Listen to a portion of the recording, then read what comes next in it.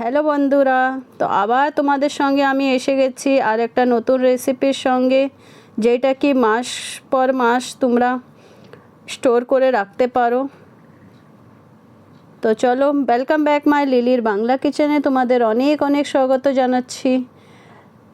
তো 150 গ্রাম মতো আমরা রসুন নিয়েছিলাম, ওইটাকে এইভাবে জলে 1 ঘন্টা অবধি ভিজিয়ে রেখেছিলাম।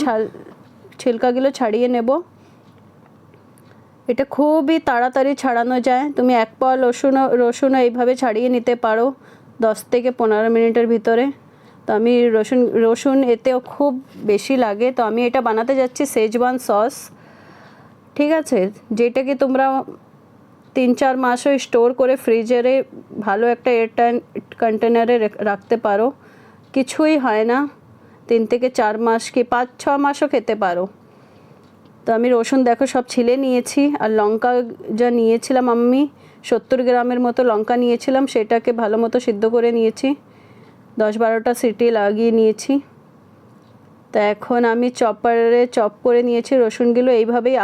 আদাও আমি চপ করে নেব। 100 গ্রাম আদা নিয়েছি আর 150 গ্রাম রসুন। আদার কোয়ান্টিটি একটু কমই রেখেছি, কেন কি লঙ্কাও নিয়েছি অনেক পরিমাণে। তো এখন ফ্লেমটাকে অন করে একটা কড়াই বসিয়ে দেব। কড়াইটা গরম হতেই এতে ছোটো বাটির আমি 2 বাটি তেল অ্যাড করছি। 100 গ্রাম মতো তেল, 100 ml হবে তেল অ্যাড করেছি। তেলটা গরম হয়ে গেছে, এখন রসুনটা আগে দিয়ে দেব। রসুনটাকে কিছুক্ষণ নাড়াচাড়া করে তারপরে আদাটা এটা অ্যাড করে দেব। আদা রসুনটাকে সুন্দর লাল লাল করে একদম ভেজে নেব, যেতে কি আমরা বেশি দিন স্টোর করলে খারাপ না হয়ে যাক শেজওয়ান সসটা। এটা এখন রসুন আদাটা সুন্দর লাল লাল করে ভাজা হলে, যা আমরা লঙ্কাটা সিদ্ধ করে নিয়েছিলাম ওইটা মিক্সার গ্রাইন্ডারে ভালো মতো ওটার পেস্ট করে নিয়েছি, তো সেটা অ্যাড করব। কিছু বানাতে চাও, যদি তোমরা 15 থেকে 1 মাস পর্যন্ত স্টোর করতে চাও, তো এতে পেঁয়াজও অ্যাড করতে পারো, কিন্তু আমি পেঁয়াজটা অ্যাড করব না। পেঁয়াজটা অ্যাড করলে তাড়াতাড়ি খারাপ হয়ে যায় শেজওয়ান সস। কিন্তু এইভাবে যদি আমরা শেজওয়ান সস বাড়িতে তৈরি করি, তো আরামসে আমরা 5 থেকে 6 মাস স্টোর করে খেতে পারি। তো এখন লঙ্কা যা আমি পেস্ট করে নিয়েছিলাম ঠান্ডা করে, এই বাটিটা ধুয়ে আধা বাটি মতো জল অ্যাড করে দেব।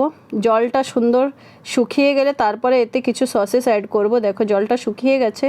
এখন 2 চামচ এতে রঙের জন্য সয়া সস অ্যাড করব। একদম বাজারের মতো শেজওয়ান সস তৈরি হবে। আর 1 চামচ নুন অ্যাড করেছি, আর 1 চামচ এতে চিনি, আর 2 চামচ মতো এতে টমেটো কেচাপ অ্যাড করব, যেতে কি একদম বাজারের মতো রং হোক। আর এতে 4 চামচ ভিনেগারও অ্যাড করেছি। আমরা ভিনেগারটা দিলে এটা অনেক দিন আমরা স্টোর করে রাখতে পারি, তাড়াতাড়ি শেজওয়ান সসটা খারাপ হয় না। শেজওয়ান সস কোনো भी চাইনিজ ফুডে তোমরা এই শেজওয়ান সসটা ইউজ করতে পারো, কিন্তু তেলের পরিমাণটা একটু বেশি হতে হবে, কেন কি আমরা এটা স্টোর করে রাখবো। তার জন্য ভালো মতো লো ফ্লেমে করে পেশেন্স রেখে ধীরে ধীরে আরামসে ভাজতে হবে। একদম সুন্দর যখন তেল এক্সেস হয়ে যাবে, দেখো একদম জল নেই এতে, শুধু তেল আর মশলাটা রয়েছে। তো এখন এটা ঠান্ডা করে একটা সুন্দর এয়ার টাইট কন্টেনারে ফ্রিজারে আমরা স্টোর করে রেখে দেব।